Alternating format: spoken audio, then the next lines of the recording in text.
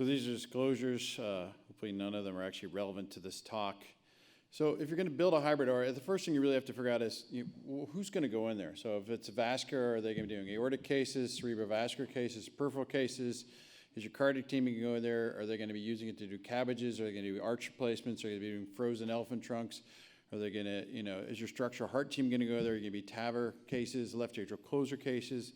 With electrophysiology, you're going to be doing lead extractions, or you're going to need to do coronary cases in there. Well, and all those decisions are going to determine what kinds of bells and whistles you get on the machines you get.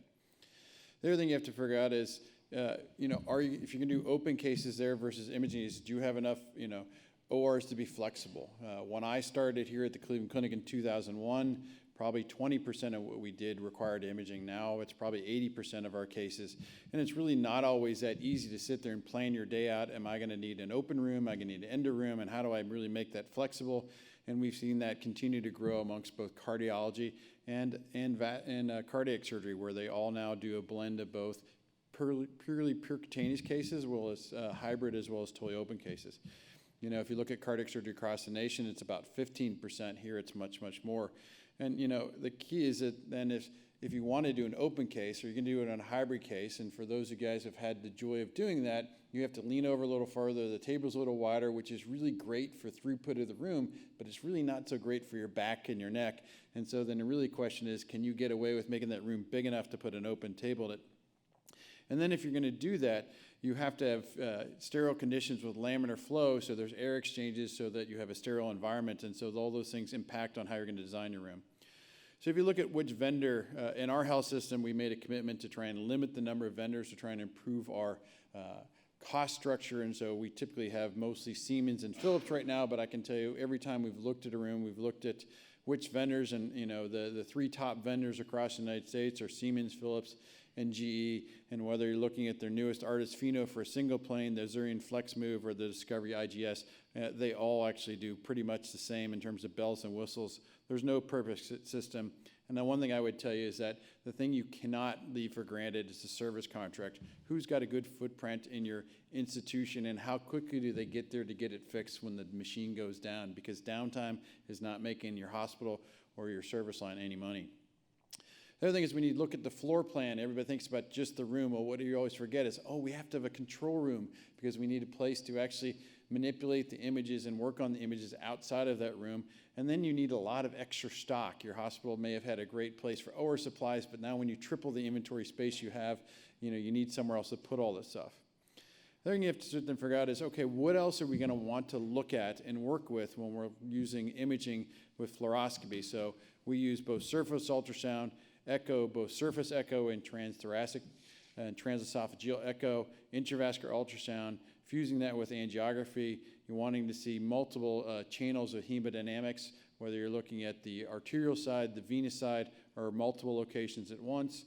Looking at their preoperative CT scans, and then doing fusing imaging, whether it's ultrasound fusion to fluoroscopy or CT fusion to angiography, to try and lower your radiation dose and to try and actually do the cases with less active fluoroscopy. Then you have to figure out is, well, how many planes do you need? As Brian alluded to, you might need a single plane, you might need a biplane. And so if you're in a single plane, you're really going to have to decide, should it be mounted to the ceiling or should it be a floor mount? Our first two hybrid ORs in the old E building were the first two Siemens hybrid ORs in the country. They were unique and they were floor mounted. One of the reasons we went with that is when we first started to build them, we realized that there wasn't enough support in the ceiling to hold the weight. So it made it a really easy decision that a ceiling mounted system wasn't going to work. So you have to sit there and say, if you're going to build this in your OR, what floor is your OR on? What's in the ceiling? And there's struts in the ceiling to carry the weight. You have to put unistruts in with your construction management team to make that happen. Is the area free above that where you can encroach upon that? If you're going to use a floor-mounted system, the GE IGS is basically a robot that you can wheel in and out, but the things is the floor has to be very, very smooth. There's a tiny tolerance for any bumps or imperfection of floor, and the room has to be big enough for that robot to be able to freely move.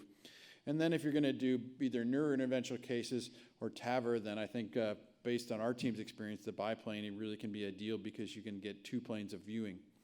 If you can do the bed, depending on what you're doing, if you're doing a lot of cardiac cases, you're not really going to be going from the head of the bed to the foot of the bed, and then having a removable bed like the McKay bed that you can unplug from the table and pull it out of the system is really helpful. However, if you're trying to use all the bells and whistles of a fluoroscopic machine, really then have the integrated table that comes along with that does planing and moves with the system and is synced to the system probably makes more sense. Radiation is invisible, it's cumulative over your lifetime, and I never let the trainees play with the fluoro pedal because it's my life, it's my radiation. So you really need to think about lead shielding. You want it fixed to the table, you want it fixed to booms, you maybe want a movable track, and you're gonna want it on a rollable mount, and you cannot have too much lead shielding.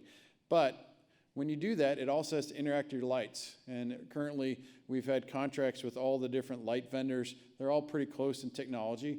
One of the things that really had to happen early on was when you have to interact with the angiographic unit and your lead, if you put more than two things on a boom, they sort of start collapsing and crashing in airspace. And the one thing you have no idea about until you really get in a hybrid OR is that you can make the sealing really complicated and trying to get the different booms, tables, lights in to be able to have them in the workable space. It's really a ballet which goes in far enough. And now the light vendors really could only have about a 3 foot and a 3 foot reach to get a total of 6 feet. Now they have 7 foot by 7 foot arms, so you can put that light almost 14 feet away.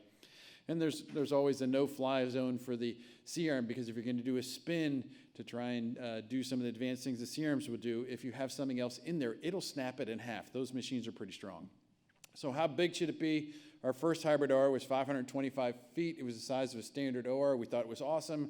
We made our next one 2 years later. It was a little bit bigger. We thought it was awesome.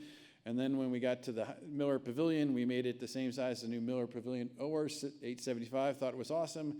And then we got to build our next one, and we said, let's keep making it bigger, because what happened over time is we just realized as we did more and more complicated paces, it got harder. The other thing is that if you're going to do more than one thing in the room, you have to set up your laminar flow, and ideally, by code, the laminar flow has to be directly over the area you're working, so how you're going to lay out the bed and where you're going to do that has to be unique. And we'll talk about some of the things we ran into over time as we started having an open table in our biggest hybrid OR. We're not in code in one of our ORs for our laminar flow, so we fixed that in our most latest version. You're going to want cameras in the room. It's nice to hook it up to the nursing control rooms to see what's going on. It's nice where you can actually, if you're going to do a course or live cases, which we were allowed to do up to 2 weeks ago, we could have had really great cameras to show you what's going on or to make a video, but also to see the nursing table so other people can see what's going on. With monitors and booms, we started out with cathode ray tubes. They were 12 inches, then they were 24 inches, and now we're up to using 55 to 60 inch monitors with 4K resolution.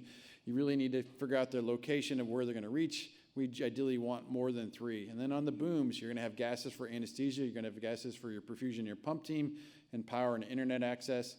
But airspace issues predominate. The booms will collide. I think you really want to limit less than 2 things to a boom. You want to figure out how far they reach and overlap. And so you end up doing these really complex things, looking at how you're going to lay it out. What is the circle, arc, or radius of those booms, and what's going to interact and what they hit against each other? One of the things we found is we can put our lead shield on tracks, and the advantage, you can pull it out of the way. And so here's the track. You can see here the lead on it, and if we pull it all the way out of the way, if we're not using the fluoroscopy, you can get the lead out of the way during that portion of the cases that you need it, but the problem is that it doesn't really move as long an arm if it's fixed to a mount on a pole. We originally had drywall in our ORs. In our most recent OR, we went to this modular panels. The advantage of it is if you want to change something, they can basically pop off the connections between the panels, and in 10 minutes they can have the entire panel off of the entire OR and work behind it to work in and do that. This was the first OR we ever did this in, and instead of having to tear down all the drywall to change, hopefully it'll be great for us. As Brian showed, our original hybrid OR was tiny, and we thought it was great, and over time we started to do more complicated cases. It kept getting crowded and crowded. What did we learn on our first 2 as well? The rooms were too small. The floor-mounted C-arm was hell for left-arm cases. You're working under the gantry. I was radiating my brain. I wasn't really excited about that, and we break everything. It doesn't matter what they make. We've broken it. So our next generation rooms in the Miller Pavilion, we made them bigger. We got to 875 square foot. We made this great shared control room. We had stocking rooms on either side. We thought it was the greatest thing since sliced bread. That shared control room was awesome. We made lead and locker storage, plenty of space for growth for putting stuff. 2, 3, 4 big control rooms. The layout was huge. We actually made it big enough so we had a place where we can have an open table for the single plane. And now you're starting to do these complicated towers, and all of a sudden these rooms start looking really, really, really small. So what did we learn after our next 2? We learned the rooms are still too small. We still break everything. We've snapped every piece of equipment you can ever snap off that's unbreakable. and we need flexible spaces to be able to do open and endovascular cases. So when we've now planned out our next, you can see the room we're in. On the top was 75 and 76, and then we built 78 and 79, and we still had room to grow when we built our building. And so when we built the two newest rooms, 78 and 79, we actually made the rooms even bigger. And I sat with Bruce Lyden, and I said, gee, Bruce, if we just put 2 extra lights, it really won't cost much, just 2 extra lights right here, we can sneak an open OR table in there just in case, because vascular, sometimes we need that. And then we found out we use that about 30% of the time. And so those rooms were even bigger. Now we're up to 1,250 square feet, and we have a single plane and a biplane. We started doing all the TAVR procedures and the complex lead extractions up there, and we thought they were great. Guess what? After these, what did we learn? We have too many booms. We run them into each other. We break everything. And then if we're really doing open cases, we need an independent laminar flow area to do that. So we just planned our last 2 new areas, or 80 and 81. And you can see we then reduplicated the size a little bit of 78 and 79. We changed the control and make it flat, make it a little bit easier to work in. We actually made 2 independent laminar flow areas, so we'll be actually in code. We just opened those as May. You can see there's awesome stainless steel, and the room is just gigantic. It's a little bit over 1,350 square feet. I challenge there's a smaller OR in the United States. This is the biggest, and it's really nice. But we've learned already, guess what? There's a lot of things you can do to design it. There's lots of moving parts. Go visit a ton of them. Get involved. You know, your service contract can't be underestimated. It's key. There's no decision too small. And the reality is we break everything. This is our brand new OR, and these are things we broke already within the first 4 or 5 months. So with that, I'll thank you very much.